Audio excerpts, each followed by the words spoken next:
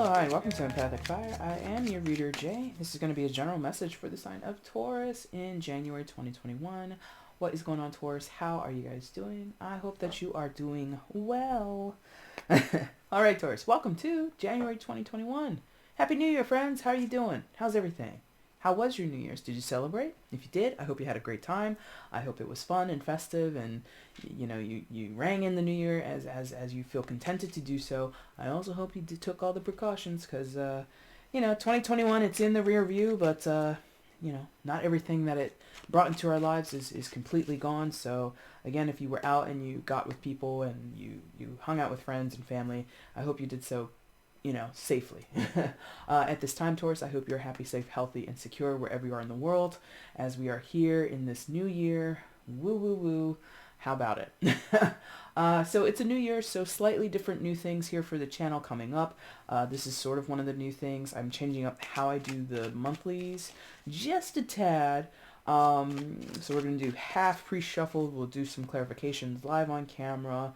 And yeah, so hopefully you like the changes, or at least they don't, throw you off. But for me personally, as a reader, as an individual person, I'm always trying to encourage myself to change or adapt in some type of way, because, that's what it's all about. Now, Taurus, let's go ahead and get into it. Anything you want from me, it's already in the description box. Timestamp is down there. If you want to jump ahead, go ahead and use it. If you want to get a personal reading with me, you can find out how to do so by looking at the information in the description box. Heads up on that. The prices will be changing probably by March. I think I'm going to change those prices. So if you're interested in getting them at the prices that they're set at now, I would suggest moving on that sooner rather than later. And if you want to follow me on Instagram, feel free to use the link below for that. If you have any questions about anything, you can email me at the email address that you see listed there. If you want clarification on what happens when you purchase a reading, if you want clarification on what I'm doing as a reader, I don't know, whatever. I've had some interesting questions come in over the past couple of years I've been doing this, so I haven't met anyone yet that I'm just like, what the fuck, But anyway, let's get into it, Taurus, okay? So we're going to start the reading with just these initial cards. I don't know what this final card is because it came face down like that, so let's see what it is. And the Five of Swords. So what you have out here is the Moon card, Queen of Pentacles in reverse, and the Five of Swords. Moon, major arcana for Pisces, could be dealing with a Pisces, don't have to be. Queen of Pentacles in reverse, Earth sign energy, Taurus, Virgo, and Capricorn. And again, the Five of Swords. Taurus, I feel many of you are coming out of a particular situation, or either you're coming out of or you're going into a moment of reflection, but it's shrouded with uncertainty. It's shrouded with confusion. I think you could be thrown into this because of a particular conflict you may have had with someone. Five of Swords. Could be a group of people. It doesn't have to be necessarily a single individual and you, but there is, as the card says, some feeling of defeat. We see this woman, she's holding the swords above, I suppose it's a man, but it doesn't have to be, no gender, it's a general. So there could be sort of, you've laid down, you've given up, or you're the person holding the sword saying, come on, keep going at it, keep going at it. And both people, to a certain extent, are experiencing this defeat, are experiencing the other person or the other side in the matter behaving in a way that basically makes us say, oh, come on, like, I don't want to do it that way. That one person wants to keep fighting, one person wants to keep engaging in the same energy or the same combative, rivalry or contest or something, and someone else is saying, you know what, forget it, I'm out. And they wash their hands of the situation and try to walk away, or in this case, lie down, right? And, Taurus, I feel the difficulty comes in because no matter which person you are in the situation, whether you're trying to engage and keep things going, possibly doing so with malice or doing so with not the best intentions, and or doing so for the sake of fighting, because that's also what the Five of Swords can indicate to us, is that someone is engaging in information in contested or contentious, information, contentious situations when they don't need to, arguing for the sake of arguing. If that's you, own it. If it's not you, it's the other person. And it's just wasted energy. But what I'm sensing is that's someone's way of staying relevant. You or someone else, whoever you are, whichever side you're on, I don't know. But that's someone's way of staying relevant, even though it serves no purpose, even though it ends up having an adverse effect on the situation. If someone constantly wants to argue with you or bicker with you or nitpick with you, why would you want to invest your time with that person? Why would you want to engage in conversation with them? You wouldn't. But from someone's point of view, that's the only way they know how to get attention. It's the only way they can, keep people interested in them. Something like that. It's really strange. In many of your cases, that's not who you are. You're the person who's just like, I don't understand. Why do you keep calling my phone and just arguing all the time? Why do you keep texting me and you want to say all this crap? Like, I just don't want to engage with you, or let's move on in the conversation. You keep coming back to something that is purposeless. It's like circling the drain. So many of you Tauruses, you're that person. In other cases, you're the other person. You take your side. But I think it's a problem because I feel there's intimacy with you and this person, not intimacy necessarily sexual intimacy, but there's intimacy in the sense of you have an established foundation with this person. Queen of Pentacles in reverse. I feel like, I guess I haven't used this deck in a while regularly, so that's what it looks like in the upright. It feels like, like this could be a long-time partner in business or romance. It can be that type of intimate, even though I said it doesn't have to be. Or it's like a family member who, like, this is how it's been ever since you were a child, like a parent to a child. Like, you've been this way ever since I was little, or you've been this way ever since you were a child, whichever, side of the fence you're on in that scenario. And I think for you, Taurus, or the other person, whoever it is, the compassion is waning. Queen of Pentacles, when in upright, is very caring, very nurturing, very compassionate. And I feel that's kind of getting stretched thin right now. And, a Taurus is a super strong individual. All zodiacs have their strengths. All zodiacs have their weaknesses. And I find that sometimes they're the same thing.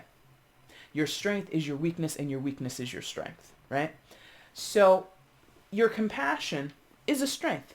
It's an attribute to you. But at the same time, Taurus, it's your weakness.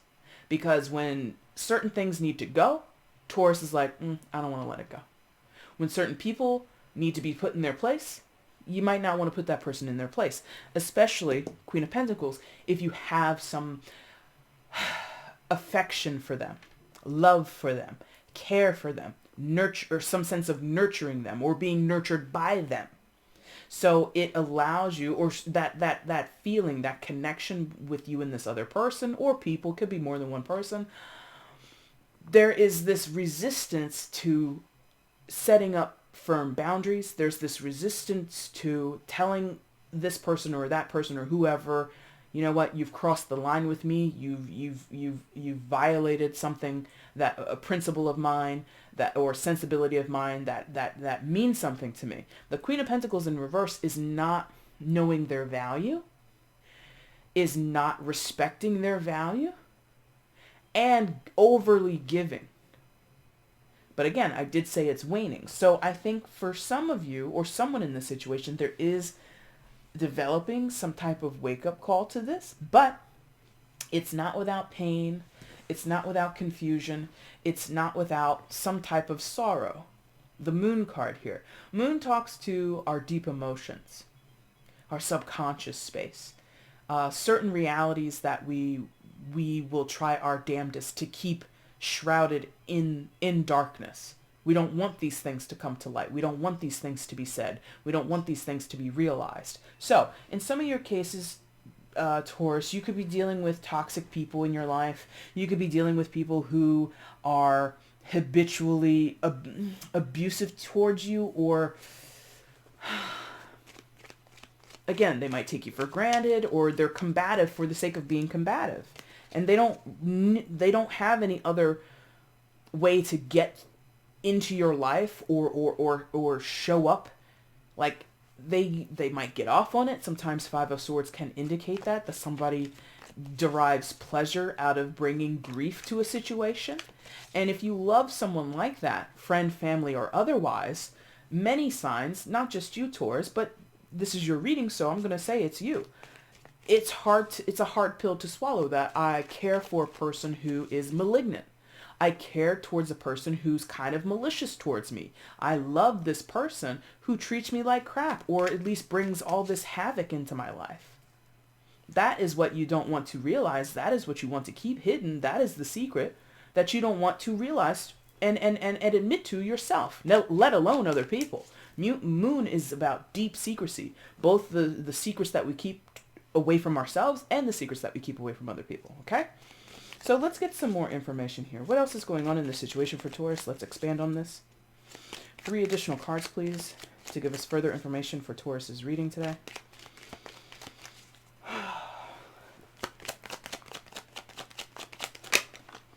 One,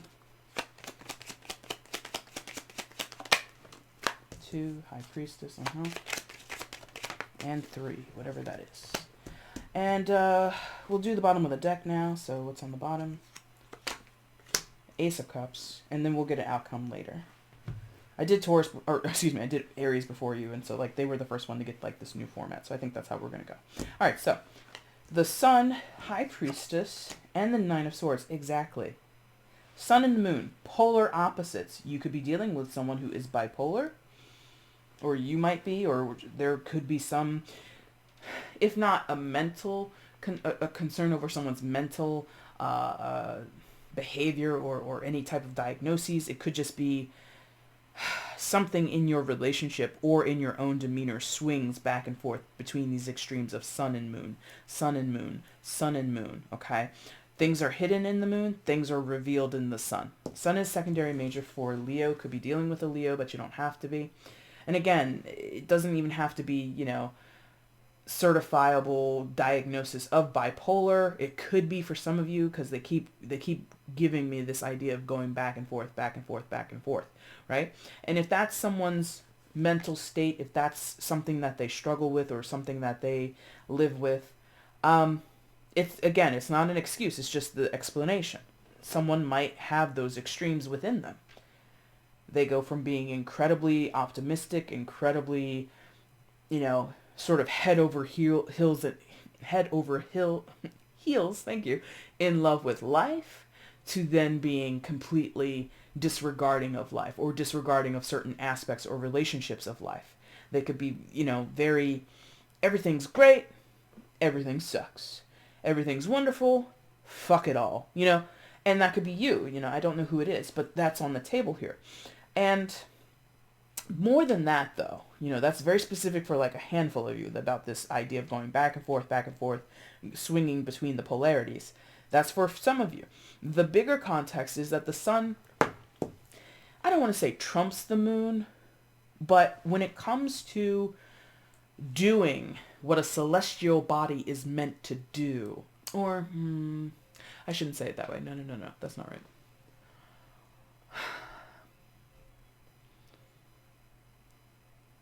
I suppose in this moment, it feels like an antidote. The antidote to the moon is the sun. Okay? If you want to get over this, you go here. If you want to get away from this, you do that. If you want to deal with this, this is the remedy. You get me? So if there is secrecy, there's no secrecy in the sun. If there are suppressed feelings, there are no suppressed feelings in the sun. If in the moon there's some type of melancholy, defeatist attitude, there's a reluctance or a confusion, things in the sun, it all comes to light.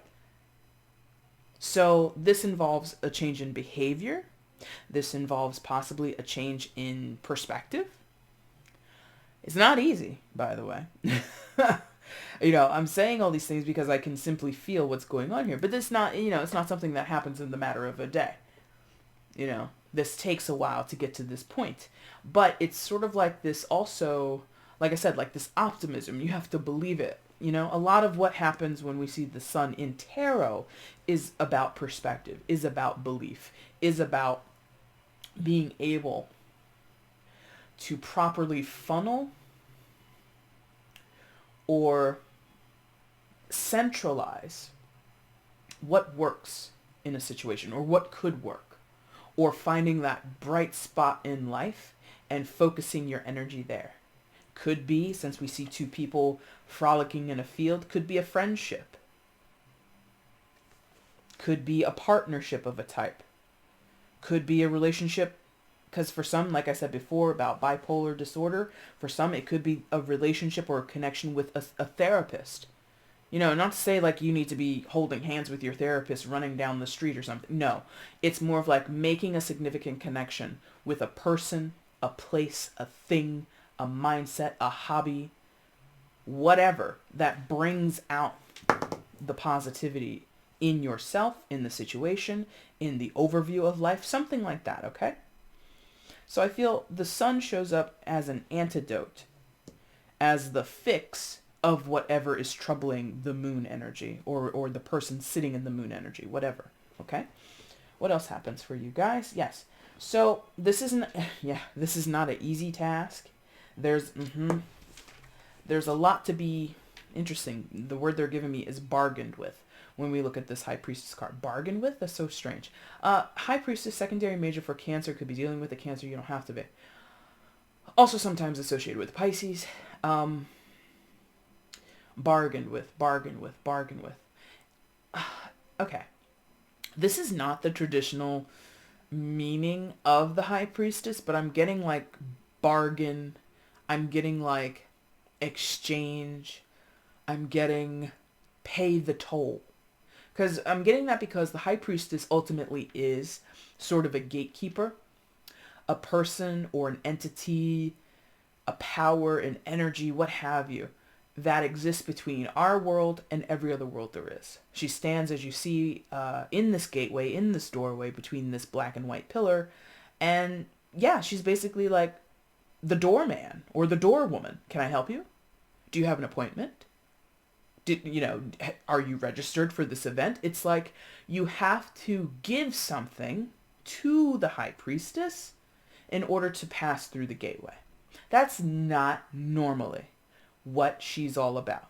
And I say she only because there's a feminine thing here. You know, the High Priestess can refer to males or masculine people or masculine polarities or what have you. You know, there's no gender here. But that's what this feels like. It's like you have to sort of pay a toll, pay a fee. And I'm not saying literally go pay someone something. In some of your cases, it might be that. Again, some of you might need, or someone in your situation might need to see a therapist or some type of specialist or some type of expert in order to kind of get eventually to the sun energy. It's not for everybody, for some. But I think the toll is more metaphorical than realistic, right? I think it feels more figurative. It feels more like abstract ways of paying a toll. So, I think, did I mention this word? Because now I'm getting this aspect of like sacrifice or exchange, change over, right? So, I haven't done this before. If I did, I probably did it in elementary school because we had like little fairs or something like that. But it's sort of like an exchange, right? So let's say you have an item, whatever the item is, right? And you go to this bazaar, you go to a marketplace, and it's a barter system, right? So let's say you have, I don't know, like a stuffed animal or some shit like that. I have no idea. I'm just picking random things. So you have a stuffed animal, right? A little stuffed teddy bear. And you might want, in exchange for this, or you find someone's booth, you find someone's stall, and they have the Harry Potter collection, the entire first edition of the Harry Potter series, right? Now, in terms of monetary value, no offense to your little teddy bear, but the first edition printing of the Harry Potter book series is going to be worth way more than some stuffed animal. However, from your perspective, Taurus, that bear has sentimental value, you see? So even though on paper it seems like a no nonsense, no frills exchange, a cheap ass bear for these very expensive books, who's going to make that deal? It doesn't make much sense. But somebody is like, okay, your bear is really cheap, throw in a couple other things, and then I'll give you all these books. That could be what someone offers to you. But there is a struggle. That's why. There's a struggle to release something because of the sentimental value. Even if it doesn't bring anything to your life. That bear, you've had it since you were a little baby. It used to sleep in your crib with you, and then it used to sleep with you in your room with your sibling when you guys were in bunk beds. And it went with you like the first 2 years of college, and then it sat in your parents' house for the last 15 years. Now you go to your house, you see this bear, Mr. Stuffins, and all of a sudden you're weeping and you're crying because it has been with you since you were a child. You see what I mean? And I'm using a physical object as an allegory to anything in your life. It doesn't have to be a physical object. So there's an attachment, a long history attachment to something that is sentimental to you. And in exchange, to get here, or to have even some type of personal enlightenment, some spiritual awareness, to learn something about yourself, to learn something about the context of relationships that you have, to get something that is insanely valuable, hence the Harry Potter books that I mentioned, because those are incredibly valuable. I would assume worth a couple $100. I haven't looked it up, so I have no idea. But, versus the value of a teddy bear that was like, first stitched together in 1979. Like, you cannot compare the two. The Harry Potter books, in terms of monetary value, will totally win, right? But and that's what I'm saying. So that's what you would get in exchange, in that physical exchange between the bear and the books, right? Something that has monetary value. But in terms of your sentimentality, it doesn't mean as much as Mr. Stuffins. You get me? So that's the ironic part of the High Priestess, is like, it's sort of mysterious where the true value lies. It calls into question where your true values lie, or what you're willing to pay to get for something. Are you willing to give this up, which means a lot to you sentimentally, to get this item, which is going to help you further down the road? Because if you keep that collector's item of books, maybe in another 10, 15 years, it's going to double or triple in price. Do you see what I mean? And maybe in that time period, you might need that money. There's something here about being uncertain of what needs to go, what needs to be exchanged, what needs to be turned over, sacrificed, in order to get something else that's going to work out in the long run. The immediacy, let me tell you that, there is no immediacy. There is no immediate payoff to what the High Priestess is asking you. I have to say, okay, I hope that makes sense. Even if you do the quote-unquote exchange or the barter or the whatever today, you're not going to see a result today. You're not going to see the value of that purchase or that exchange today. It will pay off in the future, is what that feels like. 9 of Swords to finish out your spread.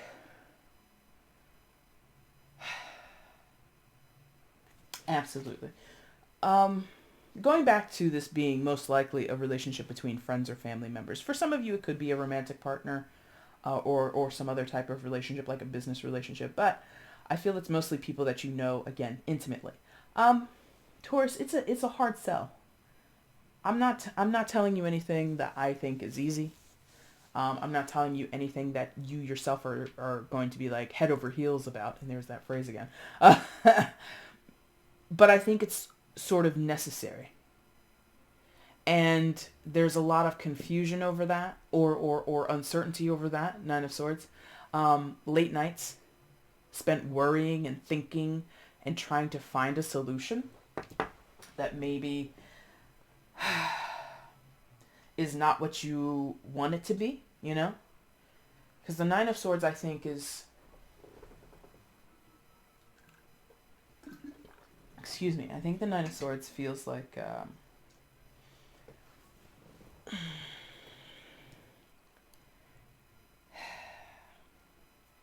wishing things could be different. It's like I wish I could make everybody happy. Maybe that's a sort of a sentiment that you or someone else has in this situation. I wish I could make everybody happy. That would make sense. because the Queen of Pentacles, going back to that energy, the Queen of Pentacles in reverse is a provider, is a nurturer, is somebody who creates and cultivates an environment, a home life, a work life, a relationship between two people that serves all involved. Everybody should be able to live here, work here, play here, and be happy.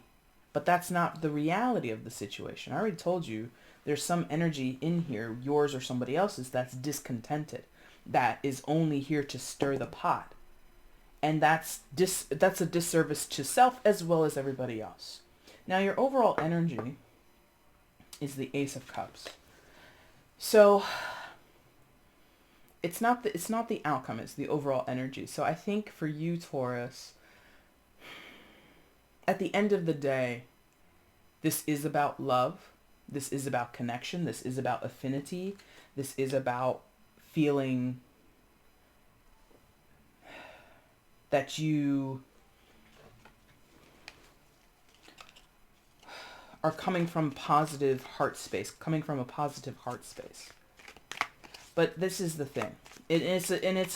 For me in my work and for me in my own personal journey, it's something that I still also kind of struggle with. How can this be about love when there's so much pain here? How can this be about love when I or someone is being combative? How can this be about love when there's lies or confusion or secrets? It is. It all is. You know, I find, for me, love is not the absence of those things. Love is persevering and triumphing or being adaptable despite all of those things. How else can I explain this to you before we get to your outcome? For an example, I have a person in my life. I mentioned this in a reading in December. I forget who I mentioned it for. But I have a significant relationship in my life where I don't talk to that person anymore, and I don't plan to talk to them ever again in my life, but I still love them. And, you know, without giving the details of why me and this person fell out, it just was not healthy for me. And so as an act of love to myself, I put an end to that relationship actively. Are we still connected? Yes, we will always be connected. Do I still have love for that person? Yes, I will always have love for that person. Do they still love me? Undoubtedly. But for the sake of everybody, us coming together and interacting was not an act of love. It was continual crap, Five of Swords, Moon, things like that, you know? And for my wellness and their wellness, I put an end to it actively. Are we still connected spiritually? Probably. Will we always be? Probably. Do we love each other? Absolutely. So it's the presence of love, even though the active, conscious, or everyday interaction is totally gone. I hope that makes sense. And again, I'm not trying to tell you to do or be like me. You don't have to. I'm not even advising that you do anything that I did. But I sense that struggle of how could I show that I love a person by doing something that they or other people might view as unloving. That's a spiritual question. That's a high priestess question. Okay. What's the outcome in this situation for Taurus? Please show me. One card of outcome for Taurus, please. One card of an outcome for Taurus, please show me.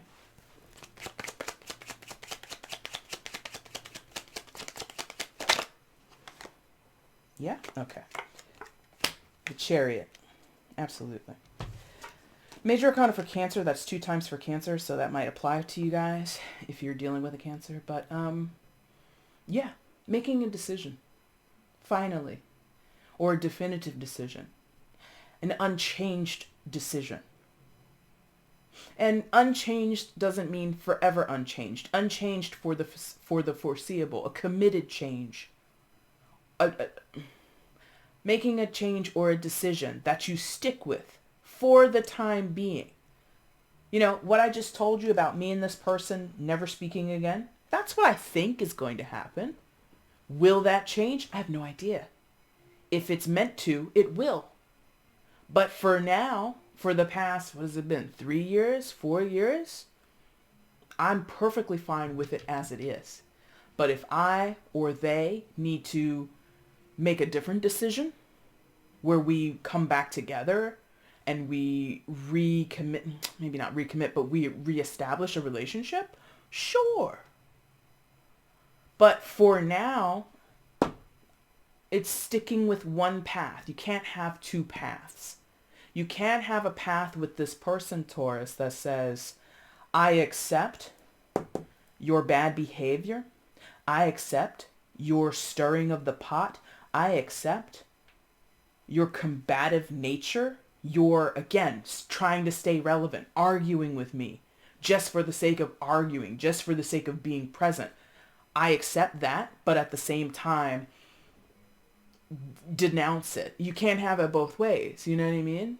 It's one or the other. Either you stay there and you stay with this icky, weighted feeling, or you release, you move on for a while, you get some greater understanding, you might find peace or some type of revelation here, or some type of more optimistic outcome, or outlook rather, right? And put this person and the situation behind you for a moment, you know? But I think the outcome is that you or whoever holds the reins needs to decide left or right, up or down, yes or no, okay? Taurus, that is your reading for January 2021. If you liked it, there's a like button down below. Go ahead and hit that for me. If this has resonated with you at all, I'd love to read your comments. Feel free to share them down below. And if you haven't considered subscribing to the channel, please consider doing so now. That'd be super cool. Any and all of those things helps me here as a reader on YouTube, so I would appreciate that. And Taurus, if you need to get at me for a personal reading, you can find that information again in the description box below. I will be back in a couple weeks, guys, to do your mid-January readings. Until then, I thank you so much for watching. Take care.